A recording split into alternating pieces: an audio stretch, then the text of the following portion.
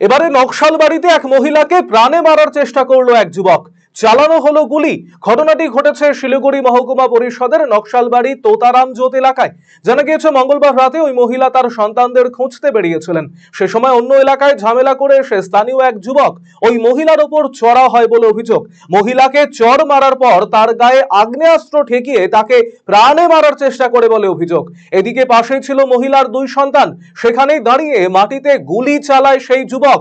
গুলির আওয়াজে স্থানীয়রা ছুটে আসলে চম্পট দেয় অভিযুক্ত মোহাম্মদ সৌফিক। এরপর ঘটনার খবর পেয়ে ঘটনাস্থলে পৌঁছয় নকশালবাড়ি থানার পুলিশ। ঘটনার জেরে রীতিমতন চাঞ্চল্য ছড়িয়ে পড়ে এলাকায়। এদিকে ঘটনার পর থেকেই আতঙ্কিত হয়ে পড়েছেন ওই মহিলা। পলাতক অভিযুক্তের খোঁজ শুরু করেছে নকশালবাড়ি থানার পুলিশ। ওইদিকে কার সঙ্গে ঝগড়া লাগাইছিল আমি তো এটা জানি না। আমরা গেছিলাম আমার ছেলেকে খুঁজতে, তা আমাকে আসে আমার সিনার মধ্যে বন্দুক লাগাই দিয়েছে। ও দেখবো তোকে মারবো, এখন দেখবি। আমাকে না মারে, প্রথম মারলো চর দুইটা আমাকে। হ্যাঁ, চর মারার পর তারপরে বন্দুকটা আমার সিনায় লাগাই দিয়েছে, বন্দুক মারবো তোমাকে। না মারে, আমার বাচ্চাগুলো ওখানে দাঁড়ায় আছে, ফায়ারিং করে দিয়েছে বন্দুকটা দিয়ে। ওই যে ওই দোকানে ওই যে 7 নম্বর। ওর কাছে কি বন্দুক থাকে? বন্দুক আজকে দেখলাম, আমি প্রথম দেখলাম, কোনোদিন দেখি না, আজকে প্রথম দেখলাম। কয়বার গুলি করেছে ওটা তো বলতে পারবো না, আজকেই দেখলাম।